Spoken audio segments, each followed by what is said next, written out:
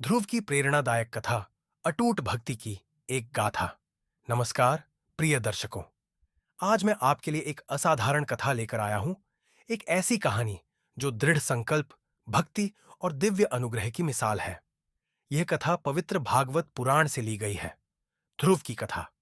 यह कहानी सदियों से लाखों लोगों को प्रेरित करती आई है और मुझे यकीन है कि इसके अंत तक आप भी अडिग विश्वास की शक्ति से अभिभूत हो जाएंगे। शुरुआत। एक राजकुमार का दर्द। प्राचीन काल में महाराज उत्तानपाद के विशाल राज्य में एक छोटा राजकुमार रहता था, ध्रुव। वह मात्र 5 वर्ष का था। एक होनहार और निष्पाप बालक, प्रेम और ऊर्जा से भरपूर। उसके पिता महाराज उत्तानपाद की 2 रानियां थीं, सुनीति, ध्रुव की माता, और सुरुचि, महाराज की प्रिय पत्नी।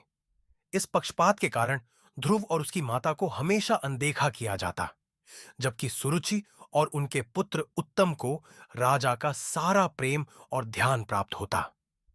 एक दिन छोटा ध्रुव अपने छोटे सौतेले भाई उत्तम को राजा की गोद में बैठा देखता है। वह भी मासूमियत से दौड़कर अपने पिता की गोद में बैठने की इच्छा करता है, लेकिन इससे पहले कि वह वहां पहुंच पाता, सुरुचि की कठोर आवाज उसे रोक देती है। तुम राजा की गोद में नहीं बैठ सकते ध्रुव, उसने व्यंग्य से कहा। तुम मेरे गर्भ से जन्मे नहीं हो। यदि तुम यह सम्मान पाना चाहते हो तो तुम्हें मेरे पुत्र के रूप में जन्म लेना होगा, और इसके लिए तुम्हें भगवान विष्णु की आराधना करनी होगी। सोचिए, इस छोटे से बालक के हृदय में कितना दर्द हुआ होगा। उसकी आंखों में आंसू भर आए और वह अपनी मां सुनीति के पास दौड़ गया। भारी मन से उसने अपनी मां को सब कुछ बता दिया। सुनीति, जो स्वयं दुखी थी, फिर भी अपने पुत्र के मन में घृणा नहीं भरना चाहती थी। इसके बजाय उन्होंने उसे समझदारी से सलाह दी। मेरे पुत्र, उन्होंने कहा, सुरुचि के शब्द कठोर अवश्य हैं, लेकिन वे सत्य भी हैं। केवल भगवान विष्णु ही तुम्हारी नियति को बदल सकते हैं। यदि तुम्हें सच में कुछ पाना है तो उन्हें सच्चे मन से खोजो। वही तुम्हें आशीर्वाद दे सकते हैं। इन शब्दों ने ध्रुव के मन में एक अग्नि प्रज्वलित कर दी। उसके हृदय में एक दिव्य उद्देश्य जाग उठा। वह अब केवल एक आहत बालक नहीं था, वह भगवान विष्णु को पाने के लिए दृढ़ संकल्पित हो गया।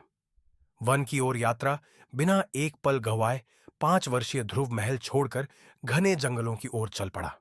अकेला। उसका मन दृढ़ संकल्प से भरा था और वह भगवान विष्णु का नाम जपते हुए आगे बढ़ता गया। रास्ते में महान आर्षि नारद ने उसे देखा और आश्चर्यचकित होकर पूछा, बेटा, तुम कहां जा रहे हो? मैं भगवान विष्णु को खोजने जा रहा हूं, ध्रुव ने उत्तर दिया। सिर्फ वही मुझे वह सम्मान दे सकते हैं जिसकी मैं इच्छा करता हूं। नारद ऋषि ध्रुव की भक्ति से प्रभावित हुए, लेकिन उन्होंने समझाया, तुम अभी एक छोटे बालक हो ध्रुव। जंगल बहुत खतरनाक है, यहां जंगली जानवर हैं। ध्यान और तपस्या का मार्ग बहुत कठिन है। लेकिन ध्रुव का मन नहीं डगमगाया। उसकी अडिग निष्ठा देखकर नारद ने उसे आशीर्वाद दिया और उसे एक शक्तिशाली मंत्र सिखाया। एआयुएम नमो भगवते वासुदेवाय, भगवान विष्णु का पवित्र मंत्र। ध्रुव की कठोर तपस्या। ध्रुव मधुवन के पवित्र वन में पहुंचा और अपनी घोर तपस्या आरंभ की। उसकी तपस्या अद्वितीय थी। पहले महीने में उसने प्रत्येक तीसरे दिन केवल फल और जंगली बेर खाए। दूसरे महीने में उसने प्रत्येक छठे दिन केवल सूखी घास और पत्तियां ग्रहण की। तीसरे महीने में उसने केवल हर 9वें दिन पानी पिया। चौथे महीने में वह केवल वायु पर ही निर्भर रहने लगा। 5वें महीने में वह एक पैर पर खड़ा होकर पूरी तरह ध्यान में लीन हो गया। अपनी सांसों को भी नियंत्रित करने लगा। उसकी तपस्या इतनी प्रबल हो गई कि संपूर्ण ब्रह्मांड का संतुलन बिगड़ने लगा। देवता चिंतित हो उठे। उसकी भक्ति की ऊष्मा से स्वयं ब्रह्मा भी व्याकुल हो गए। अंततः भगवान विष्णु ने स्वयं ध्रुव के समक्ष प्रकट होने का निर्णय लिया। दिव्य आशीर्वाद वन में एक दिव्य प्रकाश फैल गया। ध्रुव ने अपनी आंखें खोली और देखा, भगवान विष्णु उनके समक्ष खड़े हैं, तेजस्वी और दिव्य आभा से युक्त। भगवान ने अपने शंख से ध्रुव के मस्तक को स्पर्श किया, जिससे उसमें अनंत ज्ञान और प्रकाश का संचार हो गया।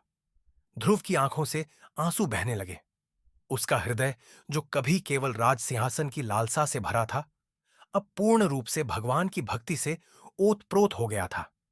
उसे महसूस हुआ कि सच्ची संपत्ति कोई राज्य नहीं, बल्कि स्वयं भगवान का सान्निध्य है। फिर भी भगवान विष्णु उनकी भक्ति से प्रसन्न होकर बोले, ध्रुव, तुमने एक राज्य की इच्छा की थी और मैं तुम्हें पृथ्वी का एक महान राज्य दूंगा।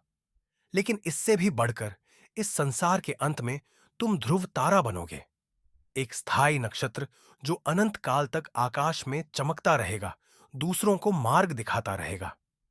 ध्रुव ने कृतज्ञता से भगवान को नमन किया। ध्रुव का गौरवशाली राज्य और अमृता ध्रुव अपने राज्य लौट आया और उसके पिता ने पश्चाताप करते हुए उसे स्नेहपूर्वक गले लगा लिया। वह वर्षों तक न्यायप्रिय और समृद्धिपूर्ण शासन करता रहा और जब उसका समय पूरा हुआ, वह आकाश में अमर ध्रुव तारे के रूप में स्थापित हो गया। ध्रुव की कहानी से सीख, प्रिय दर्शकों, इस प्रेरणादायक कथा से हम क्या सीख सकते हैं? अडिग संकल्प की शक्ति। एक नन्हा बालक भी अपने दृढ़ निश्चय से महान कार्य कर सकता है। सच्ची भक्ति का प्रभाव। ध्रुव ने एक सांसारिक इच्छा से अपनी यात्रा शुरू की, लेकिन भगवान ने उसे दिव्यता प्रदान की। भक्ति का सच्चा पुरस्कार जो मांगा था, उससे कहीं अधिक मिला। स्थिरता ही सफलता की कुंजी है। जैसे ध्रुव तारा अडिग रहता है, वैसे ही हमें भी अपने प्रयासों में अटल रहना चाहिए।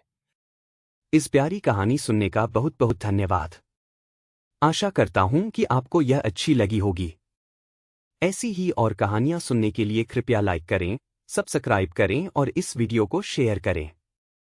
और कमेंट में आप अपनी कहानियां बताएं जो आप सुनना चाहते हैं।